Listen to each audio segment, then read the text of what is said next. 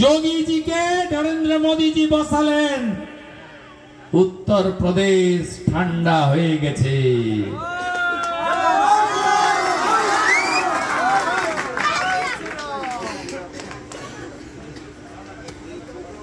बिहार जंगल राज, কথায় বলতো समोसा में आलू, बिहार में लालू।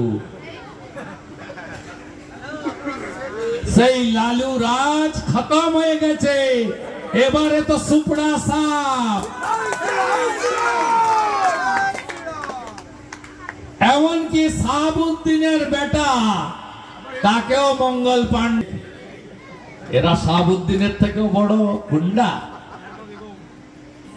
অপেক্ষা করুন, অপেক্ষা করুন। একটা সময় আমি যে এলাকা থেকে এমপি হয়েছি, এখন এমএলএ হয়েছি, মমতা ব্যানার্জিকে হারিয়েছি, ওখানেও লক্ষণ শেঠ নামে, সুশান্ত ঘোষ নামে, ওখানেও তপন শুকুর নামে অনেক বড় বড় গুন্ডা ছিল, যারা কাজল শেখ, অনুব্রত মন্ডলীর গুন্ডামিতে ঠাকুরদা। তারা আজকে ক্যালেন্ডারে চলে গেছে, ইতিহাস।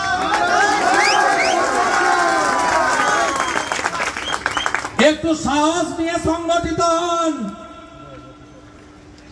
একটু শক্তি সঞ্চয় করুন। 5 বছর পরে নানুরে ভারত মাতা কি জয় উঠল।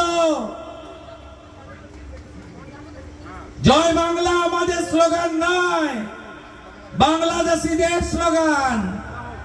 ভারত মাতা কি জয় উঠল, বন্দে মাতরমের আওয়াজ উঠল, জয় শ্রীরামের গুঞ্জ উঠল। আজকে নানুরে আপনারা সব রক্তচক্ষুকে উপেক্ষা করে প্রমাণ করে দিলেন, চিরদিন কাহারও সমান নাহি যায়। পৃথিবীটা গোল। একটা সময় কমরেডরা বলতো, এখানকার রামচন্দ্র ডোমরা বলতো, আমরা 235, ওদের কথা শুনবো কেন?